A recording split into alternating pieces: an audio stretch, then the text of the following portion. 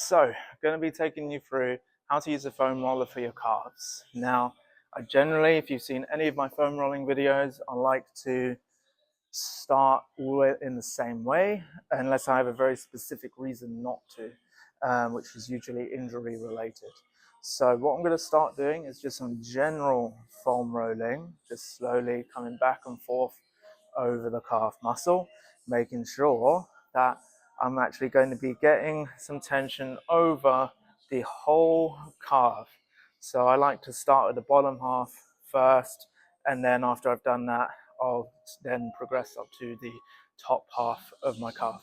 But it's very just simple, slow rolling up and down the calf first for about 30 seconds or a minute or so. And then I can start adding in some moving around with my foot and my ankle. So each time I've got quite a few movements where I can pull my toes towards me, push my toes away from me, push my foot to the side, to the other side, make some circles with my foot, and then move up the calf a little bit. Then I do those same motions again. I'm pulling my toes towards me, pushing my toes away from me, doing some moving around with my foot, and then again, move up the calf a little bit. The same process, pulling the toes backwards towards me, pushing the toes away from me, make circles with my foot, bring my foot to the side, to the other side, trying to tense up my calf as well to make this a little bit more intense. I can get some more blood flow to the area. And after I've done that, kind of rolling, moving around my foot a lot, if I want to take it up a notch, I can then place my other leg on top of my leg where I'm getting a bit more compression, a bit more force and resistance into the calf. So again, this is more deep, kind of extreme deep tissue, let's say. So it might be a little bit much to jump into. So building up some tolerance first, doing the first two stages might then make it more likely that you can cope with this. And then I can lift my hips off the ground. And again, this is going to make this much harder for my calf, but I can do the same thing again. Moving around the foot a little bit and then move up the calf a little bit.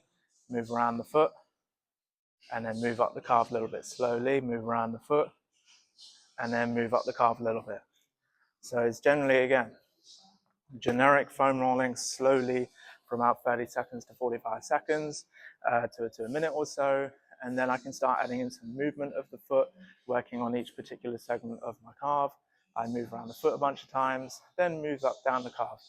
Move my foot up again a bunch of times, move down the calf a little bit. I can add in some tensing, squeezing sensations to try and get some extra contractions, more blood flow to the area. And then I can place my other foot on top of my leg to get more weighted compression going into the calf. Again, more, say, extreme version of deep tissue, but it's the same sort of stuff. Getting more blood flow to the area, increasing pain tolerance, increasing stretch tolerance. So if you're going to try and do some stretching afterwards, if you've got a little bit lingering pain here and there, it can actually be quite beneficial in some cases for some people. It can make your stretch more effective. It can make your strengthening more effective.